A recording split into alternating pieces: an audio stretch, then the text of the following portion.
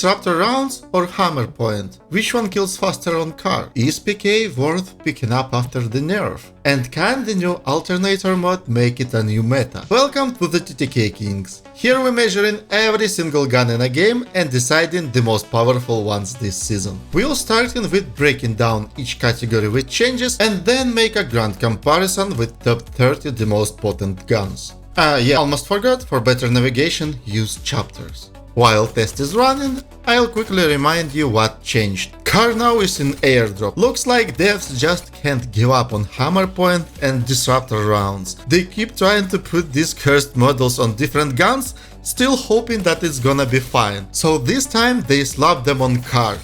Two at the same time, by the way. So guys, make your bets. Is there any difference between them on a car? Car is an airdrop weapon, by the way, now. So first goes disruptor rounds, second is hammer point.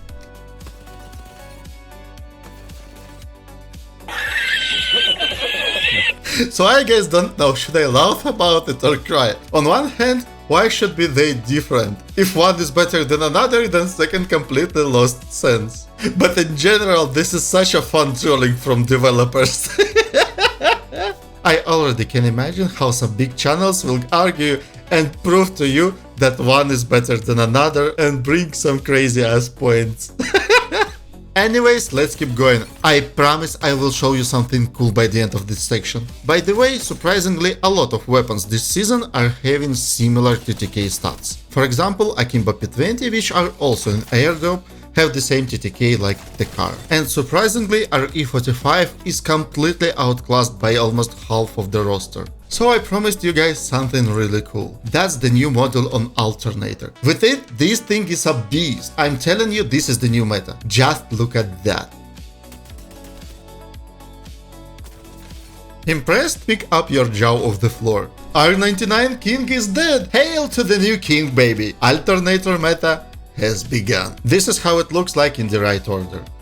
And if you guys look what to rock instead of RE45 this season, take Prowler. No need to pre-charge, it has more damage in a clip than RE and performs much better. But that's the most sleeper gun of previous and current season.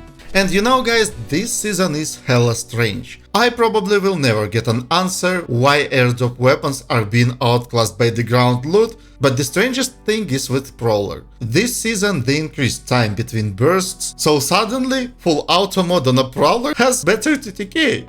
What? As long as I remember, Burst Fire had better TTK just because it's much harder and that's the signature feature of this weapon. Also now you can just hold your left mouse button and gun will go brr brr brr all just by itself. Nice quality of life change, but why the hell they didn't put it the same to a Hemlock? That's the big question. Like smart thoughts are chasing them, but they are much faster. Anyways, shotgun time. This season devs kicked PK in the balls real hard. Now full blast shot damage is 99. That means that as soon as your enemies hit 200 HP health mark, you will need 3 pump to kill, and you cannot even one shot knock it out targets in the head. So why the hell would you ever go for a Peacekeeper when you had Master, which does 3 damage less, kills in the same 3 pumps, but shoots significantly faster?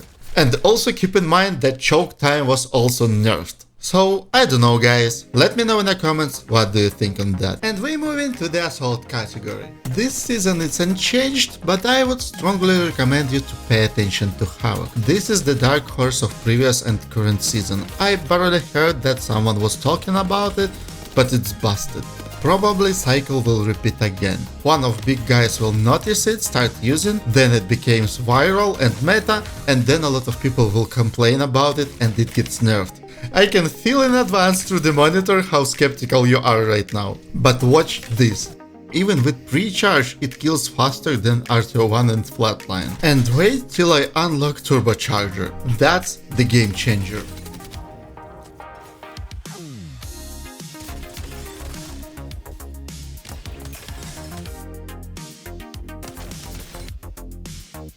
So, do you guys feel that enlightenment? Huh? Who else on a whole YouTube gonna show you this? I think that's more than deserved a big ass thumbs up and subscribe button. I'll wait for it. Okay guys, now guns are in order, so you can make your own conclusions. LMG time.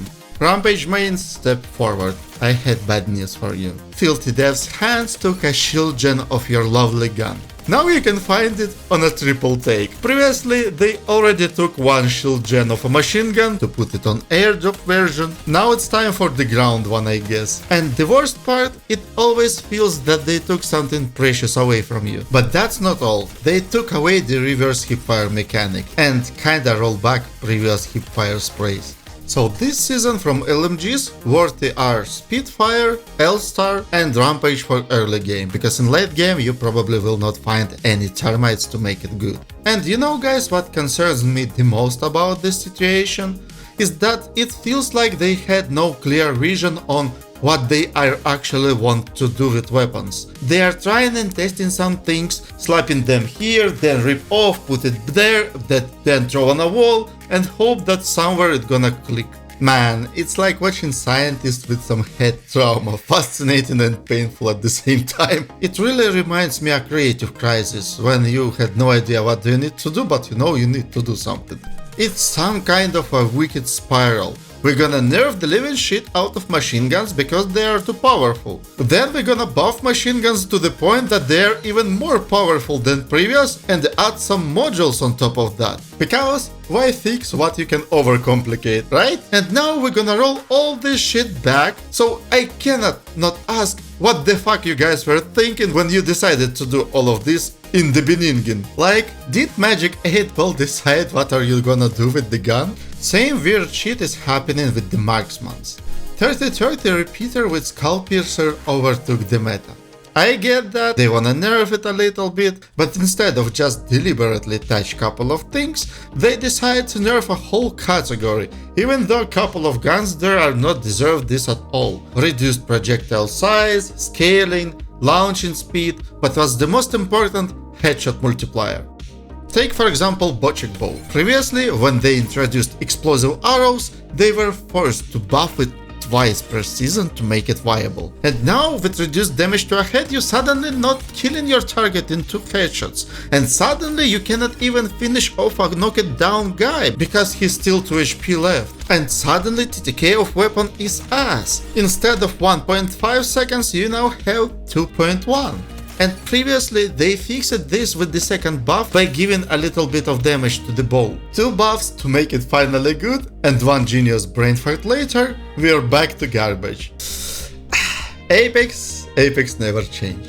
So as you might see, I'm quite frustrated with these changes. By the way, don't get fooled with the triple take headshot killing time. The further away you from target, the worse it gets. Oh yeah, and by the way, Skull Piercer is out from all weapons. And I can agree with Wingman with 30-30, but what about Longbow? Without it, it's not killing in 2 shots red armor. Sometimes I just want to put their hands on a piano and give the lead polite slam. That stupid roller coaster when one season weapon is viable and other is a complete garbage not worth picking up is making me sick. Because sometimes their decision making is questionable. Actually not sometimes, it's regular, like seasonal allergy. It's be like, oh, Wingman is too powerful this season, let's take away the Skull Piercer. And no one even thinks about how it's gonna affect the longbow. Oh, it's not good this season, well, it happens. But hey, balance, right? Consistency, never heard of her? And that's why I love this broken game. And the worst part is the system.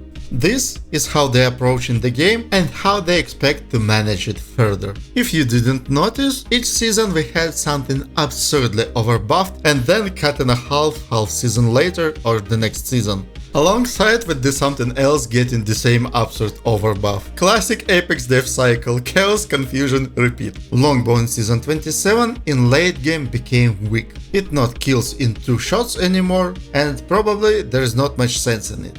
The good news, not everyone around has a red armor, and maybe one of your teammates will soften up a little target for you. Bocek Bow is still valuable in the early game, but the later on, the more health your opponent has, the more problem you're gonna get. My personal sniping weapon pool for this season is Sentinel, Longbow and G7. I probably will drop off Bocek because I don't like the situations when my target has 2 HP left and kills me. And In general, longbow do the same what bochek does, but better with better scope. The only aspect where bochek wins is the hipfire accuracy. So unless I'm goofing around on Octane or Spyro, I probably will not touch it at all.